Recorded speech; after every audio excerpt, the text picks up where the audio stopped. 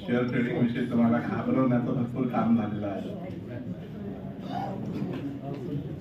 आणि it is but natural. पण moon साहेबांनी एक स्लाइड दाखवली होती, त्याच्यात राधाकृष्ण दमानी, रामदेव अग्रवाल, राकेश झुंझुनवाला सीए होते आणि रामदेव अग्रवाल सीए आहेत, नंतर दमानी त्यांना फायनान्सचा बॅकग्राऊंड आहे. तर सगळ्यांना असं वाटत असेल की काहीतरी फायनान्सची बॅकग्राऊंड असल्याशिवाय आपण याच्यात सक्सेसफुल होणार नाही. हे मी डोक्यातून काढून टाका. तुम्हाला फक्त 7वी ते 10वीच्या लेवलचं नॉलेज पाहिजे. तुम्ही ग्रॅज्युएट जरी नसला, हे मी अगदी छाती ठोकपणे सांगू शकतो की तुम्ही जरी 10वी पास असाल तरी तुम्ही टेक्निकल अनालिसिस करू शकता. मी आमचे सर आहेत मलकान, विशाल मलकान, त्यांचा 10 वर्षाचा मुलगा आहे. तो ट्रेडिंग करतो आणि फक्त त्यांचा नाही, असे आहेत उदाहरणं आहेत. फक्त आपल्याला जर टेक्निकल अनालिसिस मध्ये जर सक्सेसफुल व्हायचं असेल तर आपल्याला आपला माइंडसेट थोडा बदलावा लागतो. तर अमोल नेक्स्ट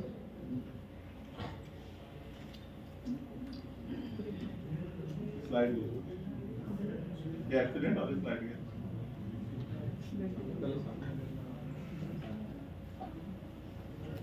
शेवटची स्लाइड ऍक्सिडेंट वाली स्लाइड. आता हा भारतातल्या रोड ऍक्सिडेंटचा डाटा आहे 2022 मधला. 2022 मध्ये टोटल रोड ऍक्सिडेंट झाले 4,61,312. टोटल इंजुरी झाली 4,43,000 आणि टोटल डेथ झाल्या 1,68,000. दरवर्षी साधारणतः भारतात 4.5 लाख ऍक्सिडेंट होतात, 4.5 लाख लोक इंजुर्ड होतात आणि त्या ऍक्सिडेंट मध्ये 1.5 लाख लोक ऍव्हरेज मध्ये मरतात. हा पर्टिक्युलरली मी 22चा सांगितला, पण जर गेल्या 10 वर्षाचा जर डाटा काढला तर हा जो आहे हा साधारण असाच आहे. आता माझा तुम्हाला प्रश्न आहे की रोडवर चालणं रिस्की आहे, इतके लोक मरतात, इतक्या इंजुरीज होतात, तर आपण रोडवर चालणं सोडून द्यायचं का? नाही ना, नक्कीच. घे पहिली पाहिजे.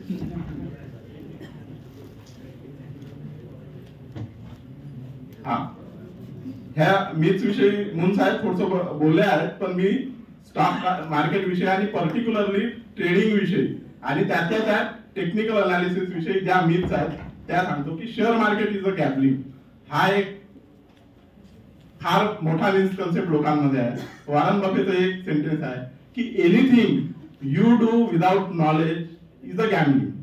आता मला सांगा, जर समजा एखाद्याला हार्टचं ऑपरेशन करायचं आहे आणि तो भलत्याकडे गेला, हार्ट सर्जन कडे गेला नाही आणि त्याने म्हटलं की ठीक आहे हार्ट सर्जन युट्यूबवर सगळं दिलेलं आहे हार्टची सर्जरी कशी करायची, तर तुम्ही जाल का? नाही. किंवा शेअर मार्केटमध्ये जनरली काय होते, जनरल लोकांना त्याच्याविषयी भीती का वाटते? कारण की 90% लोक हे शेअर मार्केटमध्ये कुठून तरी टीप ऐकून किंवा शेजाऱ्याचं ऐकून, मित्राचं ऐकून शेअर घेतात आणि नंतर त्या शेअर मध्ये त्याला लॉस होतो आणि तो स्वतः काही करत नाही. आणि मग तो एकतर म्हणजे समजा 1 लाखाचे शेअर घेतले आणि समजा त्याचा भाव 100 रुपये असेल आणि 100 रुपयाचा तर तो 90 रुपये आला, 80 रुपये आला, 50 रुपये आला, तर मग तो लॉंग टर्म इन्व्हेस्टर होतो. मग तो तसाच ठेवतो, म्हणतो नाही आता हा शेअर नंतर वाढेल, नंतर मी आता काही त्याला बघत नाही आणि मग अशा प्रकारे तो लॉंग टर्म इन्व्हेस्टर होतो. तर पहिली गोष्ट आहे की you should have sufficient knowledge to enter in the share market. आणि हे सफिशियंट नॉलेज असं आहे की तुम्हाला करता करता शिकायचं आहे. It is a life long learning process. आणि ती जर फक्त तुम्ही लाईफ लॉंग लर्निंग ऍटिट्यूड जर एक ठेवली, आणि ठीक आहे मला मून साहेबांनी सांगितलं की शेअर मार्केट ओशन आहे, पण मी तुम्हाला छाती ठोकपणे सांगू शकतो की जर तुम्ही काही लिमिटेड गोष्टी शिकले, फॉर एक्झाम्पल आता शेअर मार्केटमध्ये 350 प्रकारचे इंडेक्स आहेत, 350 प्रकारचे इंडिकेटर्स आहेत, पण 350 पैकी फक्त जर तुम्ही 5 इंडिकेटरचा स्टडी केला यू कॅन बी सक्सेसफुल. आणि त्याच्यात एक वाक्य आहे, आमचे विशाल मलकान सर म्हणतात की गो डीप नॉट ब्रॉड. तुम्हाला 350 इंडिकेटरची सही म्हणजे शिकायची गरज नाही. एक बेसिक कन्सेप्ट तुम्ही शिकल्या आणि हळूहळू डेव्हलप केला, स्वतःचा कॉन्फिडन्स डेव्हलप केला, तर you will definitely grow in the share market. दुसरा असं म्हणण्यात येते की शेअर मार्केटमध्ये लिमिटेड अपॉर्च्युनिटीज आहेत.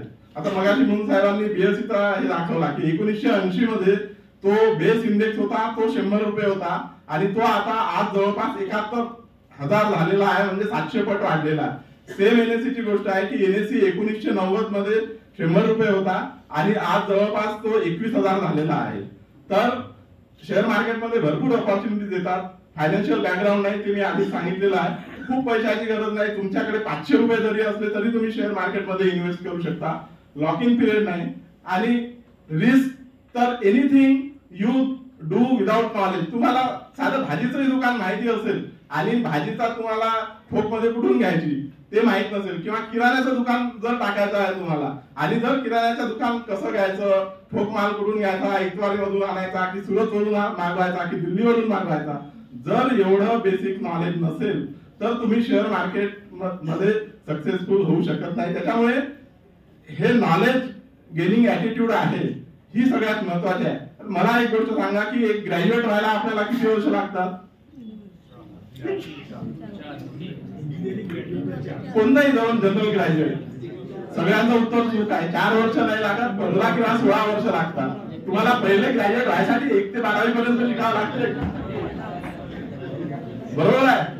तर मला एक गोष्ट सांगा की एक जनरल ग्रॅज्युएट झाला, समजा बीकॉम झाला, 15 वर्ष तो शिकतो. 15 वर्ष शिकल्यानंतर त्याला आजच्या डेट प्रमाणे सॅलरी मिळते एक साधारणतः 15,000 म्हणा किंवा 25,000 म्हणा. एक सॅलरी मिळाल्यानंतर त्याच्या घरी असा जल्लोष होतो, चला कोणाला नोकरी लागली. पण जेव्हा आपण शेअर मार्केटमध्ये येतो तर आपल्याला असं वाटते की नाही, आता मी आज गुंतवले आणि महिन्या 2 महिन्यात माझे डबल व्हायला पाहिजे. तर ही गोष्ट मनातून काढून टाका आणि एक जर ऍटिट्यूड ठेवली की मी याच्यात जर 15 वर्ष बीकॉम करण्यात घालवले आहेत आणि जर मी 1-2 वर्ष जर याच्यात शिकू शकतो, हळूहळू शिकू शकतो आणि everything is available free of charge. म्हणून साहेबांनी सांगितलं की भरपूर साईट्स आहेत युट्यूबवर, पण साईट कोणत्या आहेत, बघणार कोणत्या आहेत, युट्यूब तर महासागर आहे. तर that we will tell you. Next, हे कॉमन मिस्टेक जे आहेत जे सुरुवातीचे शेअर करतात की सुरुवातीचे लोक करतात की ट्रेडिंग ऑन द टिप्स, याच्याकडून ऐकलं त्याच्याकडून ऐकलं, सीएनबीसीवर ऐकलं, पेपर मध्ये बघितलं, एखादा शेअर घेतला आणि मग लॉस झाला आणि मग लॉस झाला की मग तो म्हणतो नाही शेअर मार्केट रिस्की आहे, शेअर मार्केट घ्या नाही.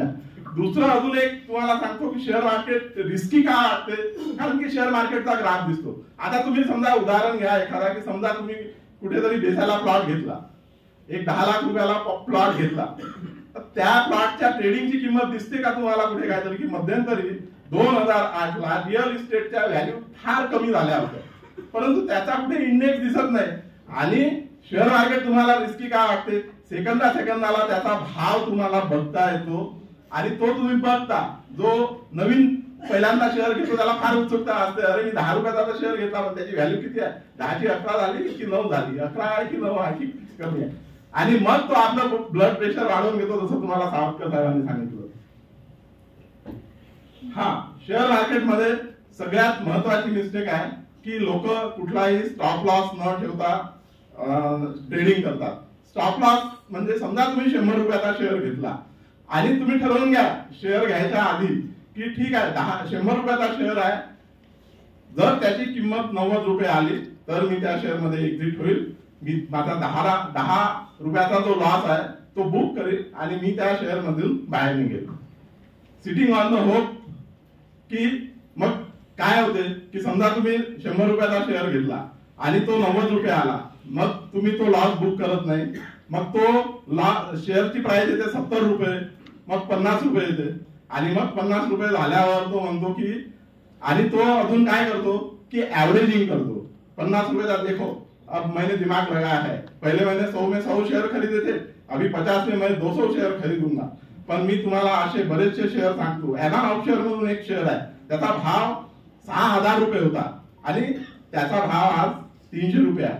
रिलायन्स कॅपिटल 942 रुपयाचा हाय त्यांनी बनवला होता आणि तो त्या शेअरचा भाव आज 3 रुपये आहे. अनिल अंबानीची कंपनी, अनिल अंबानीच्या जेवढ्या कंपनीज जर तुम्ही बघितल्या असतील तर ते आहे. तर इट इज नॉट दॅट.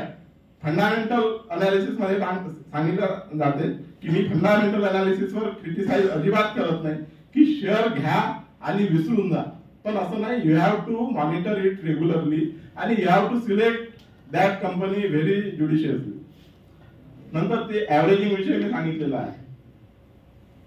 चौथा अजून एक मीथ आहे याच्याविषयी की 52 वीक लो आला. दोन कन्सेप्ट आहेत की 52 वीक हाय म्हणजे एका वर्षात जो हाय प्राइस असेल आणि लो असेल तर मग तो लो आला तर तुम्ही त्याच्यावर घ्या. पण एखाद्या शेअरची प्राइस समजा 52 वीक हाय समजा 500 रुपये आणि 52 वीक लो आहे समजा 200 रुपये, तर आपल्याला असं वाटत राहते की नाही हा 500चा शेअर आहे आणि 200 मध्ये आला, तर तो आपण त्या शेअरला 500च्या प्राइस मध्ये कंपॅरिझन करतो आणि मग तो आपल्याला स्वस्त वाटायला लागतो. पण तुम्ही एक गोष्ट लक्षात घ्या की 200 रुपयाचा शेअर 20 रुपयापर्यंत येऊ शकतो आणि 2 रुपयापर्यंत येऊ शकतो. त्याच्यामुळे that is the worst idea. त्याच्यानंतर ट्रेडिंग ऑन मार्जिन.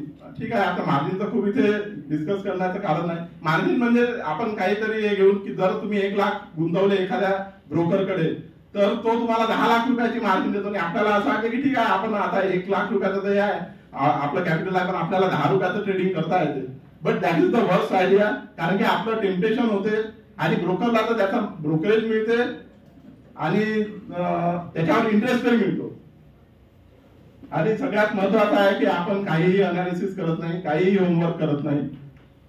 आणि सगळ्यात एक महत्वाचं अजून कारण आहे की समजा आपण नवीन नवीन शेअर मार्केटमध्ये आलो, काही शेअर मध्ये गुंतवला आणि समजा लकीली आपल्याला प्रॉफिट झाला. आता शेअर एखाद्या शेअर मध्ये तुम्ही जर पैसे गुंतवले त्याच्यात दोनच आउटकम राहू शकतात मोस्टली.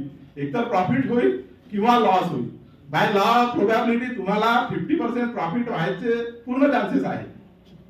तर जर लकीली तुम्ही 5 स्टॉक घेतले आणि 5 स्टॉक मध्ये प्रॉफिट झाला तर आपल्याला असं वाटायला लागते की नाही आता आपल्याला शेअर मार्केट समजायला लागलं, आपण अजून जास्त रिस्क घेतो and then we lose the our मनी.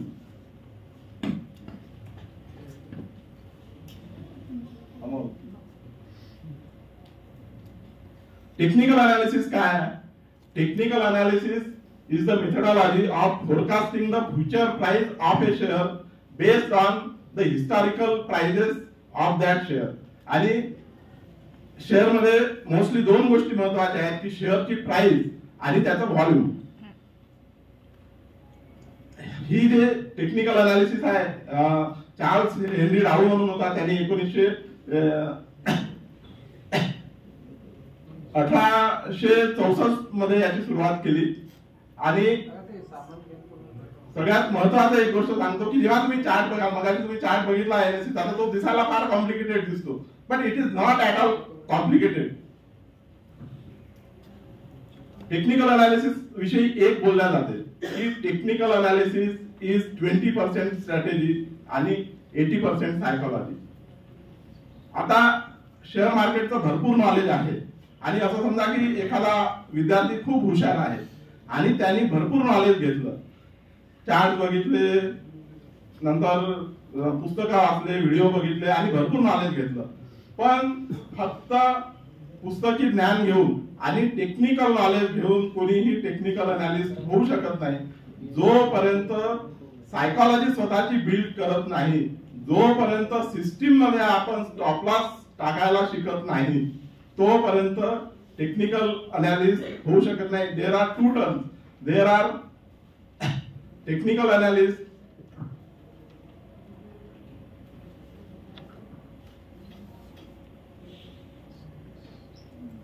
दोन टर्म्स आहेत त्याच्यात, एक टेक्निकल अनालिस्ट आणि दुसरं financial analyst.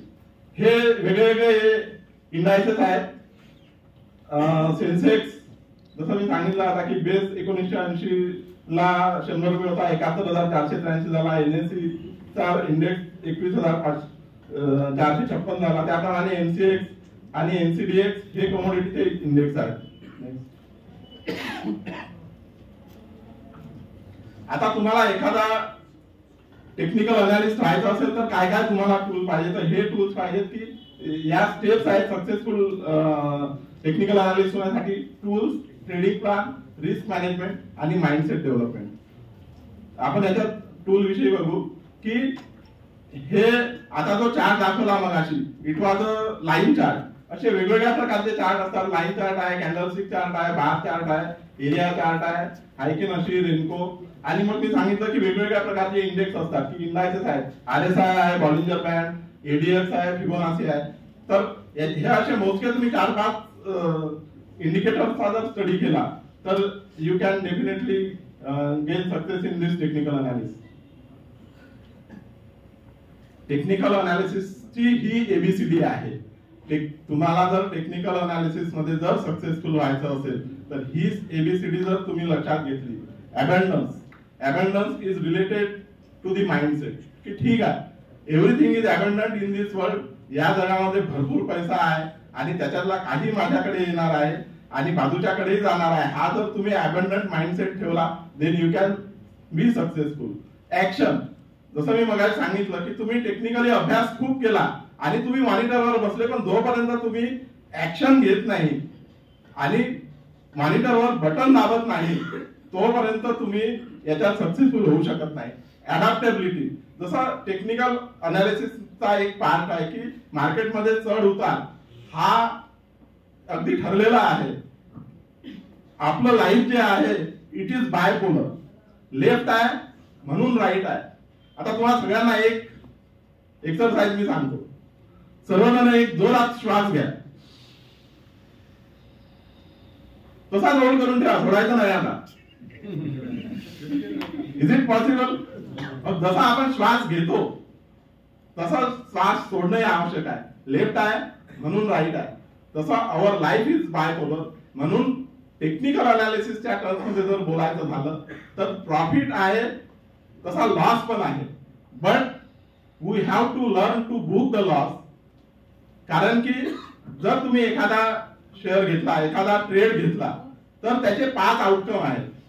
Small loss, big loss, break even, small profit, high profit.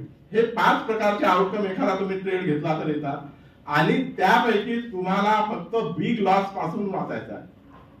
आणि फक्त बिग लॉस पासून जर तुम्ही वाचले, आणि this is very very difficult. मी सांगतो की मी 4 वर्ष झाले या फील्ड मध्ये आहे, पण मला हा लॉस बुक करायला शिकायला 3 वर्ष लागले. कारण की गोष्टी आपण पेपरवर कितीही घेतल्या तरी आपल्याला जेव्हा आपण मॉनिटरवर बसतो आणि जेव्हा आपल्या माइंड मध्ये या सगळ्या गोष्टी येतात तेव्हा एक्झिक्युशन करायला फार डिफिकल्टी असतात. त्याच्यानंतर बोर्ड बिंग या सगळ्या विषयीमध्ये राबता येत नाही. फक्त आता मी एक सांगतो की याच्यामध्ये हाय लेवलची डिसिप्लिन पाहिजे. You have to be very discipline. आणि जर आयुष्यात कोणत्याही क्षेत्रात जर तुम्हाला सक्सेसफुल व्हायचं असेल तर डिसिप्लिन ही आवश्यक आहे.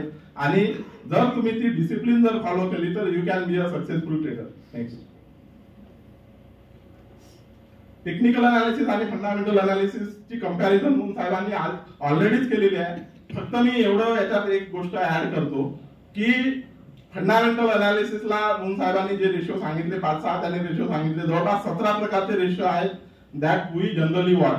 आणि कोणत्याही कंपनीचे रिझल्ट जे आहेत हे दर क्वार्टरला येत असतात, प्रत्येक क्वार्टरला येत असतात. जे आपले स्टँडर्ड क्वार्टर आहे, September end, December end, March end. तर तुम्हाला एखादा डिसिजन घ्यायचा असेल तर तुम्हाला you have to wait for 3 month. आणि 3 महिने हा शेअर मार्केटसाठी फार मोठा पिरियड आहे. त्याच्यामुळे जर तुम्हाला याच्यात जास्त क्वांटिटेटिव्ह जर काम करायचं असेल आणि जास्त क्वालिटेटिव्ह जर काम करायचं असेल तर technical analysis give you point two point information, point two point direction. की तुम्हाला ठीक आहे एखाद्या शेअरचं बाईंग 202 रुपयाला जर येत असेल तर इट विल टेल यू की तुम्ही बाय करा 202 रुपयाला, सेल 500 रुपयाला करा. पण 202चा जर तो बाईंग येत असेल तर तो तुम्हाला सांगणार नाही की तुम्ही 190 ला बाय करा किंवा 210 ला बाय करा.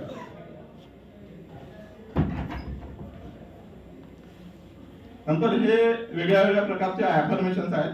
हे माइंडसेट डेव्हलपमेंट साठी आहे. I am doing this affirmations for last 4 years regularly. आणि जर तुम्ही हे माइंडसेट डेव्हलपमेंटवर काम केलं, जसं मी सांगितलं की 80% सायकोलॉजी यात इन्व्हॉल्ड आहे. आणि if you develop this psychology then you can be a successful technical analyst. Next. हा निफ्टी 50चा इंडेक्स आहे. जसं मी सांगितलं की 1990 ला 100 रुपये होता आणि हा हे चढउतारचे काय कारण आहे तर मगाशी मून साहेबांनी सांगितलेले आहे. तर एवढंच सांगू शकतो. ठीक आहे. तर मला फक्त एवढंच सांगायचं आहे की या रूम मध्ये बरेच यंग मुलं बसलेले आहेत आणि टेक्निकल अनालिसिस ची मला पण फार भीती वाटायची, पण जेव्हा मी 2019 पासनं या फील्ड मध्ये उतरलो, त्याचा अभ्यास सुरू केला, सिरियसली अभ्यास सुरू केला, मग भरपूर मी विशाल मलकांचे क्लासेस लावले आणि त्याच्यानंतर सुरुवात केली. तर आता तुम्हाला मार्केटमध्ये कधी एंट्री करायची आणि कधी एक्झिट व्हायचं हे तुम्हाला चार्टच सांगतो. चार्ट तुमच्याशी बोलतात, प्रोव्हाइडेड यू गेन दॅट एक्सेलन्सी. आणि मी एवढं पण सांगतो की मला फक्त 4 वर्ष झाले म्हणजे खूप काही नाही झालं, अजून भरपूर शिकायचं आहे.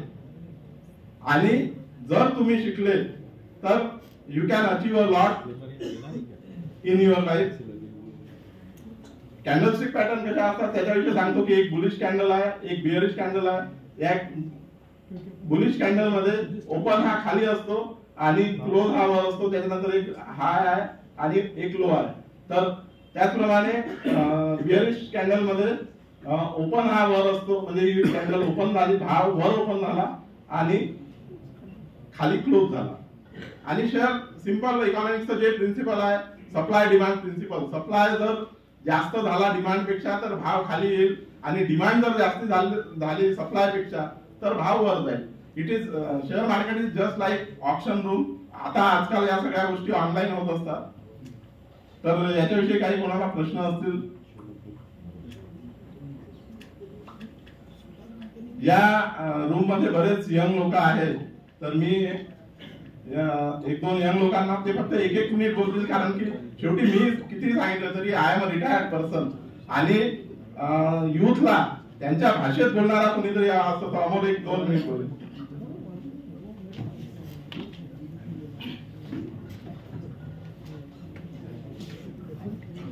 सर्वांना जय भीम. माझं नाव अमोल भगत आहे आणि ह्या हॉलमध्ये मी शेअर मार्केटवर आता 4थी का 3ऱ्यांदा बोलत आहे. तर असे आपल्या इथे खूप प्रोग्राम झाले असतात आणि असंच प्रोग्राम झाला की मी शेअर मार्केटवर बोलून देतो आणि नंतर मग मग काही मुलं किंवा खूप जण माझा नंबर घेतात आणि 2 दिवस प्रोग्राम झाल्यानंतर 2 दिवस मला कॉल येतात, नंतर मग कोणी कॉल करतात. सरांनी आता म्हटलं की युथ, इथं युथची खरंच गरज होती. आज इथे युथ आधी पुरा हॉल युथनीच भरायला पाहिजे होतं. रिटायर्ड लोक जे आले आहेत त्यांनी घरी बसून आपल्या मुलींनाच इकडे पाठवायचं होतं, पण रिटायर्ड लोक सुद्धा जास्त होता. शेअर मार्केट तर मी 2014 पासून मी कॉम्पिटिटिव्ह एक्झामची तयारी चालू होती माझी आणि मी 4 वर्ष अभ्यास पण केला, पण घरी काही अडचण असल्यामुळे मी ते सोडून दिलं आणि सरांच्या गायडन्सनी 2000 जेव्हा कोविड लागला त्या कोविड मध्येच मी टेक्निकल अनालिसिस एक आमचे डीटीसी ना युट्यूबला फ्रीमध्ये 1 रुपया खर्च न करता मी टेक्निकल अनालिसिस पूर्ण शिकून घेतलं. त्यानंतर सर्व शिकल्यानंतर प्रश्न होता का पैशाचा, कारण की पैसा तर लागतोच. तर कोविडमुळे झालं असं, घरी माझ्या बहिणीचं लग्न कोविडमुळे झाल्यानंतर ते पैसे वाचले. तर कोविडमध्ये लग्न झालं, ते पैसे वाचले आणि ते पैसे मी होते माझ्याकडे पैसे लग्नाचे, तर सर सांगितलं एकदम एवढे नाही टाकायचे. जरी तू शिकला असेल पण तरी ते माइंडसेट, कारण की टेक्निकल थेअरी शिकणं एक वेगळं आहे आणि त्या थेअरीला अप्लाय करणं ही गोष्ट वेगळी आहे. तर मग मी छोटासा पैसा टाकून ते केलं आणि आता मला 3-4 वर्ष शेअर मार्केट होत आहे. शेअर मार्केटमध्ये मी आता रेग्युलर करत आहे. आता आम्ही ऑफिस पण टाकलं, 1 वर्ष झाला आमच्या ऑफिसला पण टाकायला. मी इथं एवढंच सांगू शकते बा ठीक आहे, टेक्निकल फंडामेंटल सर्वांनी सांगितलंच आहे, पण शेअर मार्केटमध्ये 3रे प्रकारचे लोक आहे. टिप्सवर जातात, रिटायर झाले आहे किंवा आणखीन असा पैसा दिला घरून, त्यानं सांगितलं, न्यूजनी सांगितलं, पैसा टाकून देतात आणि विसरून जातात. कुठं काढायचा, किती प्रॉफिटला काढायचा किंवा लॉसला किती निघायचं हे माहीतच नसतात. एक तर फंडामेंटल वाल्याला माहित राहतं, तो त्यानं पैसा टाकलाय 5 वर्ष 5 वर्ष टाकला विसरून जायचं. आणि टेक्निकल वाल्याला माहिती आहे इथं प्रॉब्लेम आहे आणि एवढं टार्गेट आहे, तेव्हा ते निघायचं. तुम्ही हे सांगेन किंवा ह्या तिसऱ्यामध्ये आपल्याला जायचं नाही. आपल्याला एक तर फंडामेंटल शिकायचं आहे, नाही तर टेक्निकल शिकायचं आहे. तर टेक्निकल शिकायसाठी आम्ही तर आहेच. इथं कोणाला जर टेक्निकल शिकायचं असेल तर आम्ही नेहमीच मदत करू. आता एक आपलं असं आहे, जो जिंकता वेळी जिंकता आहे, बरोबर ना. तर ह्या महिन्याचा सरांचा प्रॉफिट ह्या महिन्याचा काही 7.5 लाख आहे.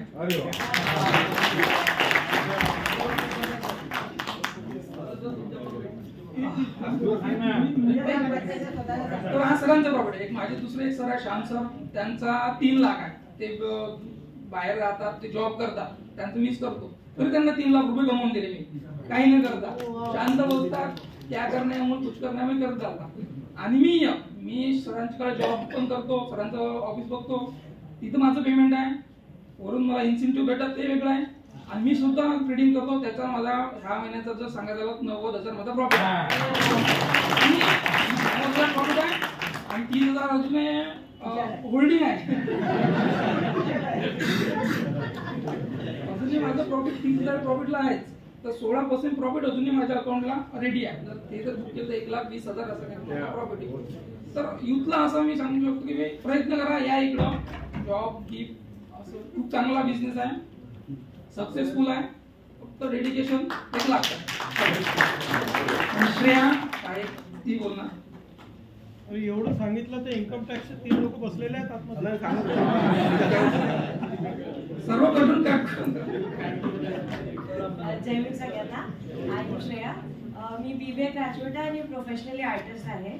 आणि 3-4 वर्ष इव्हेंट्स मॅनेजमेंट आणि आर्टचा बिझनेस केल्यानंतर कोरोनामध्ये I got introduce to the stock market. आणि पप्पांच्या ट्रेनिंगमध्ये गायडन्समध्ये प्रोफेशनली पूर्ण टेक्निकल अनालिसिसचा अभ्यास केला, सगळं शिकली. आणि स्पीच देते आहे, सॉरी. मल्टिपल ॲडव्हान्टेजेस मी पर्सनली एक्सपिरियन्स केले आहेत, कारण की भरपूर फायनान्शियल फ्रीडम आहे. त्यांनी जसं सांगितलं, यूथसाठी डिपेंडन्सी नाही आहे. मी कुठेही काहीही काम करू शकते. टाईमची फ्लेक्सिबिलिटी आहे, लोकेशनची फ्लेक्सिबिलिटी आहे. माझा लॅपटॉप माझ्याकडे असला तर मी मुंबईवरही काम करू शकते, कुठूनही काम करू शकते. आणि मेन म्हणजे बॉसचा टेन्शन नाही आहे, डेडलाईन्स नाही आहे, मला कोणाला उत्तर द्यावं नाही लागते. आणि सेल्फ सफिशियंट आहे. कॅल्क्युलेटेड रिस्क असतात. तर जसं सरांनी सांगितलं की हाय रिस्क आहे, पण मी जर कॅल्क्युलेट केली तर माझी रिस्क एकदम कॅल्क्युलेटेड आहे. आणि ॲज अमोल पॉइंटेड, या महिन्यात आमचं कॅपिटलही डबल होऊ शकते. कितीही डेडिकेशनने केलं तर इझी आहे. It is not very difficult. फक्त अभ्यास करावा लागतो थोडासा. आय वुड एनकरेज की यंग लोकांनी अजून जॉईन करायला पाहिजे, कारण की तुम्ही रिटायर लोकांनी खूप केलं आहे. आता आमची टाईम आहे करायची. थँक्यू. अमोलने सांगितलं माझा या महिन्याचा प्रॉफिट 7 लाख रुपये आहे.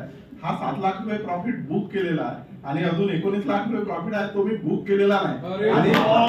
आणि सावरकर साहेबांनी सांगितलं की इन्कम टॅक्सचे 2-3 लोक बसलेले आहेत. मला सगळ्या व्हाईटचा प्रॉफिट आहे, त्याच्यामुळे किती येऊ द्या, मला अजिबात काळजी नाही. फक्त एकच गोष्ट सांगतो, काही दिवसापूर्वी मला इन्कम टॅक्स कडून एक अशी नोटीस आली आणि मी इन्कम टॅक्सची नोटीस आली की पहिले आपण घाबरतो सगळ्यात आधी. पण एक गोष्ट लक्षात घ्या, इन्कम टॅक्स कोणतंही पत्र पाठवलं की त्याला नोटीस समजतात. म्हणजे इन्कम टॅक्सचं प्रत्येक पत्र हे नोटीस असते. तर ते पत्र मी वाचलं.